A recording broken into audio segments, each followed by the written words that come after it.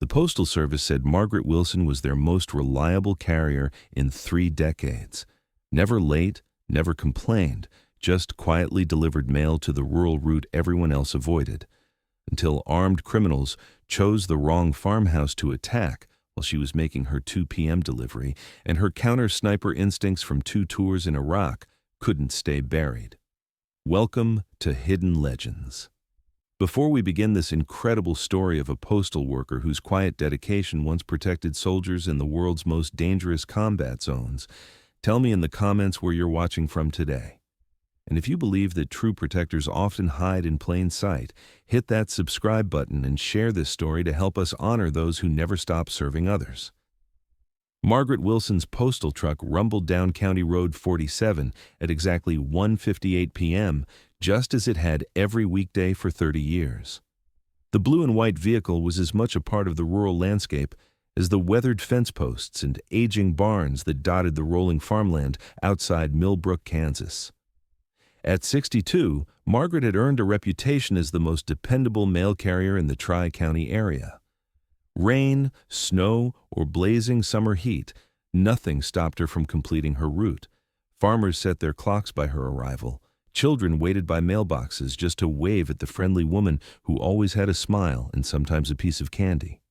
What none of them knew was that Margaret Wilson carried more than mail in her truck. Beneath the driver's seat, wrapped in an old postal bag, lay equipment that had no business in a civilian vehicle: a rangefinder, tactical binoculars, and a custom rifle case containing a weapon she'd hoped never to touch again.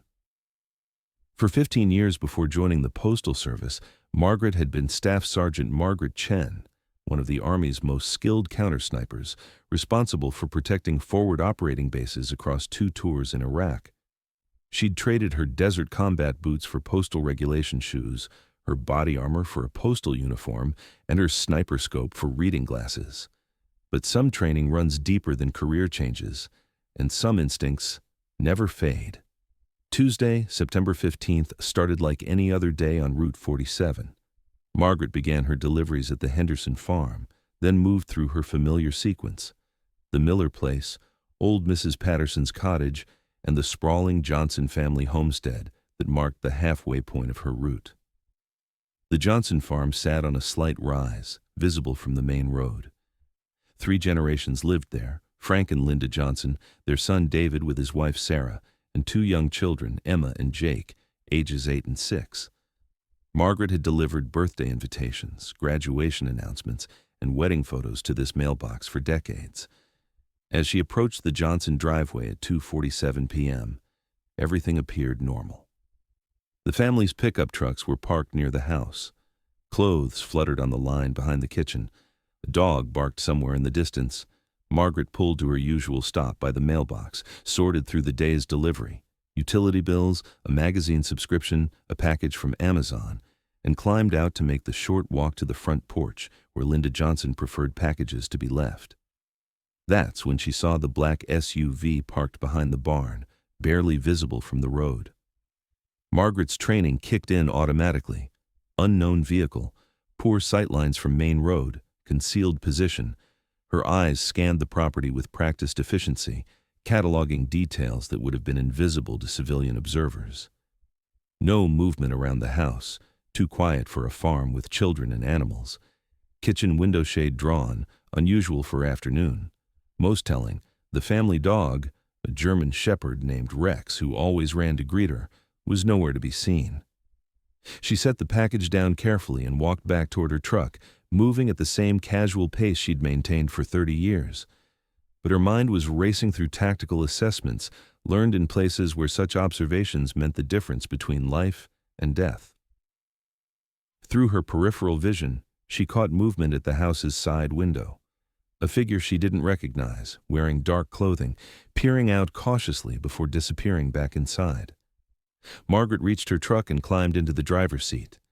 To any observer, she was simply continuing her route. But instead of driving away, she pulled forward 50 yards to a position that gave her a clear view of the Johnson property, while keeping her vehicle hidden behind a grove of cottonwood trees. From the glove compartment, she retrieved the tactical binoculars that had been standard equipment in her previous life. Through the high-powered optics, Margaret could see what she'd feared. 3 men in dark clothing moved through the Johnson house with practiced efficiency. Not random criminals, these were professionals. Their movements, their positioning, the way they checked sight lines suggested military or law enforcement training. In the living room window, she glimpsed Frank Johnson seated in a chair, hands behind his back. Linda stood near the kitchen doorway, clearly restrained. No sign of David, Sarah, or the children. Margaret's combat-trained mind automatically calculated distances and angles. The house sat 1,247 meters from her current position, within her effective range, but at the extreme end of what most snipers would attempt. The elevation difference added complexity, as did the afternoon wind patterns she could read in the movement of grass and leaves. She reached for her cell phone to call 911, then stopped. By the time sheriff's deputies arrived from town, at least 20 minutes on these rural roads, whatever was happening inside that house would be over. If these were professionals, they were here for a reason, and that reason likely involved the Johnson family disappearing forever. Margaret's hands moved to the hidden compartment beneath her driver's seat. Chapter 5. Equipment Check. The rifle case opened with a soft click. Inside lay a weapon that officially didn't exist, a custom .308 that she'd built herself using components acquired through channels that weren't entirely legal, but weren't entirely illegal either. She told herself it was for hunting, but deep down, she'd always known why she really kept it. Some things you never stop being, even when you try. Margaret assembled the rifle with muscle memory so ingrained it felt like breathing. Scope mounted and zeroed, magazine loaded with hand-loaded rounds she'd crafted to specifications learned in classified training courses. Rangefinder confirmed, 1,247 meters to target. She climbed into the back of her postal truck, positioning herself behind the rear window where the rifle's muzzle wouldn't be visible from the road. The Postal Service logo on the side provided perfect camouflage. Who would suspect the mail carrier? Through her scope, she could see the situation was deteriorating.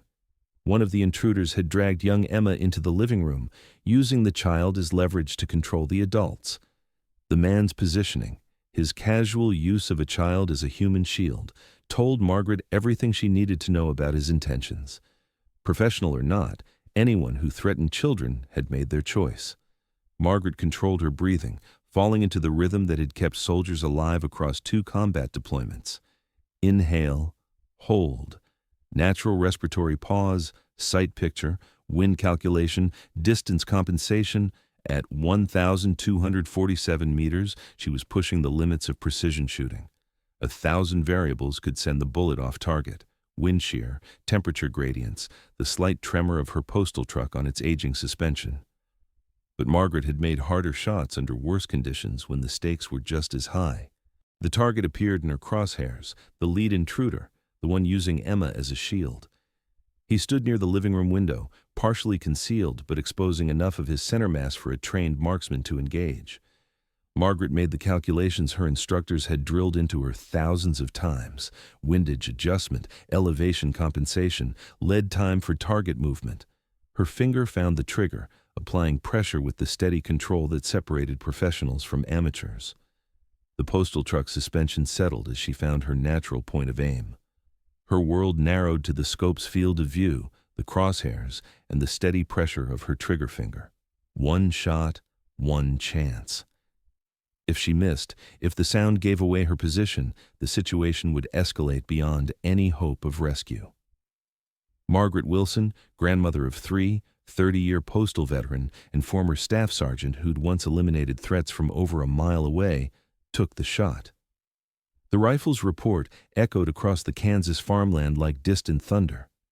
1,247 meters away, the Johnson family's nightmare ended in a fraction of a second. Margaret didn't wait to confirm the result. She'd felt the shot break clean, seen the bullet impact exactly where she'd aimed. 15 years of counter-sniper training don't simply disappear, and muscle memory that precise doesn't lie. She disassembled the rifle, secured it in its case, and climbed back into the driver's seat of her postal truck. By the time sheriff's deputies arrived, Called by neighbors who'd heard the gunshot, Margaret was 3 miles down the road, delivering mail to the Henderson place with the same calm professionalism she'd maintained for 3 decades. The official report would state that an unknown sniper had eliminated the threat from extreme range before disappearing. The FBI ballistics team would marvel at the precision of the shot, speculating about military training and professional equipment. None of them would think to investigate the postal worker who'd been making her regular rounds when the incident occurred. Frank Johnson would tell investigators that his family had been saved by a guardian angel. He wasn't entirely wrong. 3 days later, Sheriff Tom Bradley knocked on Margaret's door. She answered in her postal uniform, having just returned from her route, carrying the same friendly demeanor that had made her a beloved figure in the community for 30 years. "Evening, Margaret. Mind if I come in? Got some questions about Tuesday afternoon." Margaret invited him inside, offered coffee, and listened as he described the incident at the Johnson farm. She expressed appropriate shock and concern, asked about the family's well-being, and wondered aloud who could have made such an incredible shot. "Funny thing," Sheriff Bradley said, stirring his coffee. "FBI says whoever made that shot had serious training. Military-grade precision. They're looking for someone with sniper experience, probably special forces or similar." Margaret nodded thoughtfully. "Well, I hope they find him. Whoever it was saved that family." "Her," the sheriff corrected quietly. Margaret's coffee cup paused halfway to her lips. Ballistics found something interesting. The bullet fragmentation pattern, the angle. FBI thinks the shooter might have been a woman. Smaller frame, different shooting stance. They're checking military records for female snipers who served in Iraq or Afghanistan.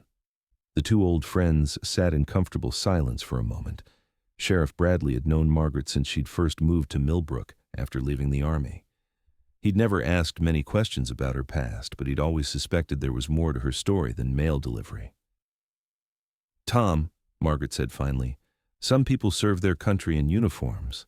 Others serve their community in different ways. Either way, service doesn't stop just because you change jobs." The sheriff nodded slowly. "I suppose you're right.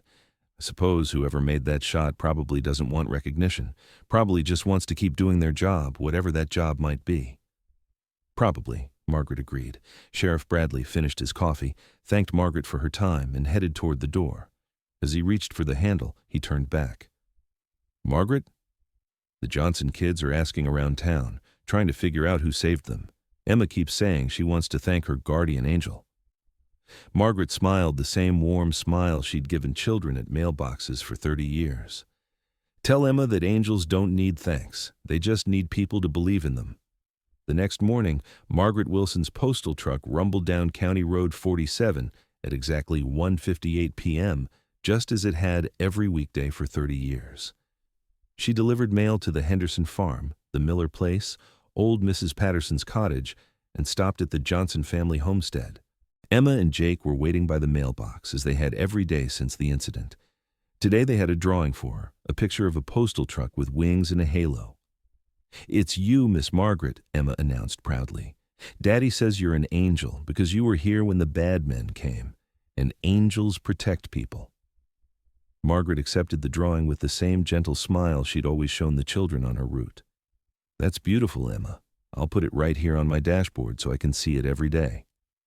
As she drove away, Margaret caught sight of her reflection in the rearview mirror. 62 years old, gray hair, reading glasses, postal uniform. Exactly the same as yesterday, the same as every day for 30 years.